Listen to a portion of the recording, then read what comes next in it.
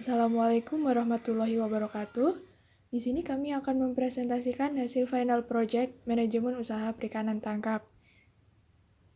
Bersama dengan Mesyaroh Amelia, Meliani Sandia Pramesti, Muhammad Anwar Nazir, Adelia Balkis Nasution, dan Muhammad Arif Wahyu.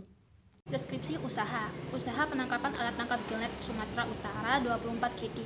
Usaha penangkapan ini merupakan usaha perikanan tangkap yang berada di wilayah Sumatera Utara, tepatnya Kabupaten Tapanuli Tengah, dengan menggunakan alat tangkap gillnet dan kapal berukuran 24 KT dengan maksimal operasional kapal sebanyak 16 kali trip dalam 1 tahun. Setiap tripnya membutuhkan 10-15 hari dengan menggunakan 5 ABK. Target tangkapannya berupa ikan pelagis seperti ikan tongkol, kembung, dan lainnya, serta wilayah penangkapannya berada pada wilayah pantai barat Sumatera 60-120 mil dari pantai Pandan. Analisa kelayakan usaha yang merupakan penilaian yang menyeluruh untuk menilai keberhasilan suatu usaha atau proyek, di mana terdapat operasional kapal ikan. Di sini kami mengambil di wilayah pantai barat Sumatera dengan jarak 60-120 mil dari pantai Pandan. Nah, kapal Jilla 24 Groston ini memiliki 5 anak buah kapal dalam satu kapal, beroperasi sebanyak 10-15 hari per trip atau 16 kali dalam setahun.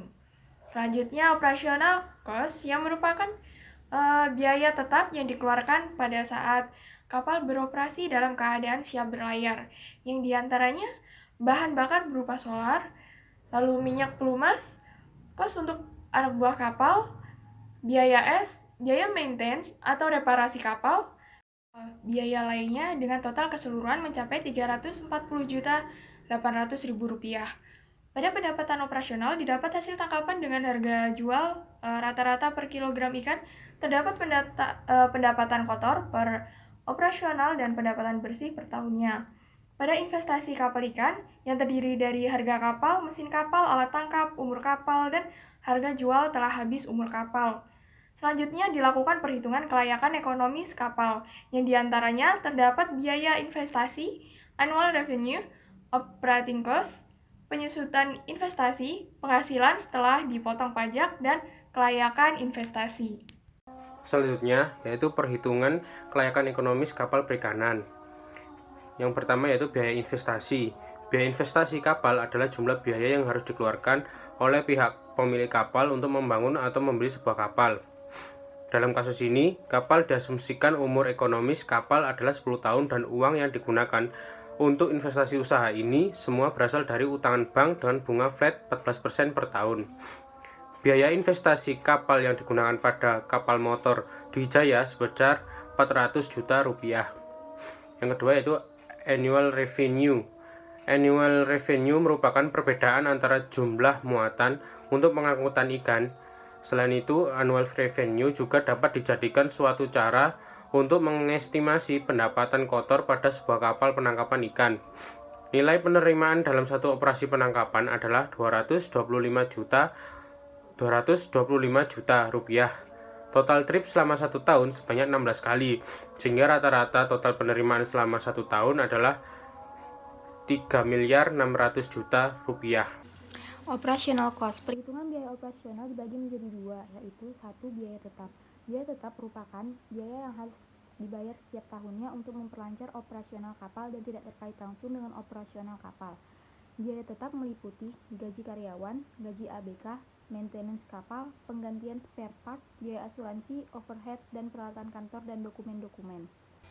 Yang kedua, biaya variabel. Biaya variabel merupakan biaya yang dikeluarkan ketika kapal beroperasi. Biaya variabel meliputi biaya bahan bakar, minyak pelumas, air tawar, tarif di pelabuhan, biaya bongkar muat, dan lain-lain. Biaya operasional cost pada kapal mesin samudra adalah sebesar 340.800.000. Lalu selanjutnya ada penyusutan investasi. Penyusutan investasi adalah estimasi penyusutan dari semua komponen investasi. Pada dasarnya, setelah umur ekonomis habis, maka nilainya adalah 0. Jadi penyusutan investasinya adalah sebesar 19 juta rupiah. Table EAT atau Earning After Tax. Penghasilan dari operasional kapal sebelum dan sesudah pajak. Besaran harga diambil sama dan mengabaikan variabel perubahan biaya karena kondisi ekonomi, fluktuasi biaya-biaya, dan sebagainya. Pajak diambil sekitar 10% per tahun untuk setiap penghasilan kotor per tahunnya. Berikut merupakan tabel EAT pada KM Dwi Jaya. Selanjutnya ada tabel perhitungan AKB dan PVAKB. Nilai present value dari AKB. AKB merupakan nilai dari penghasilan setelah dipotong pajak dan penyusutan-penyusutan. Berikut merupakan tabel perhitungan AKB dan PVAKB. Pada analisa kelayakan investasi terdiri dari metode PP atau payback period yang digunakan untuk menghitung jangka waktu pengambilan modal tersebut agar dapat kembali dengan rumus perhitungan di bawah. Metode ARR atau Average Rate of Return yang digunakan untuk mengukur tingkat keuntungan rata-rata yang diperoleh dari suatu investasi dengan menggunakan rumus perhitungan seperti di atas. Metode NPV atau Net Present Value yang digunakan untuk mengukur suatu proyek dapat feasible atau tidak dengan perhitungan di bawah. Metode IRR, investasi atau Internal Rate of Return, yang digunakan untuk mengukur tingkat pengembalian intern yang diperoleh dari investasi dengan rumus perhitungan seperti di samping. Hasil analisa kelayakan investasi. Metode payback period yaitu 34 trip atau sekitar 25,5 bulan. Metode average rate of return hasilnya lebih dari tingkat keuntungan yang diisyaratkan sehingga proyek diterima. Metode net present value hasilnya positif dan lebih dari 0 sehingga rencana investasi dapat diterima. Internal rate of return investasi hasilnya 52% lebih besar dari bunga pinjaman sehingga investasi diterima. Terakhir, metode profitability index hasilnya 38,5 sehingga investasi layak dilakukan. Selanjutnya yaitu strategi pemasaran. Yang pertama, pengusaha skala besar yang terdiri dari mall dan supermarket serta pengusaha skala kecil seperti toko offline dan reseller online atau individu. Segmentation atau segmentasi. Yang kedua yaitu targeting atau target. Target utama hasil tangkapan Gillnet adalah segmen kedua karena memiliki potensi pasar yang lebih meyakinkan untuk produk ini.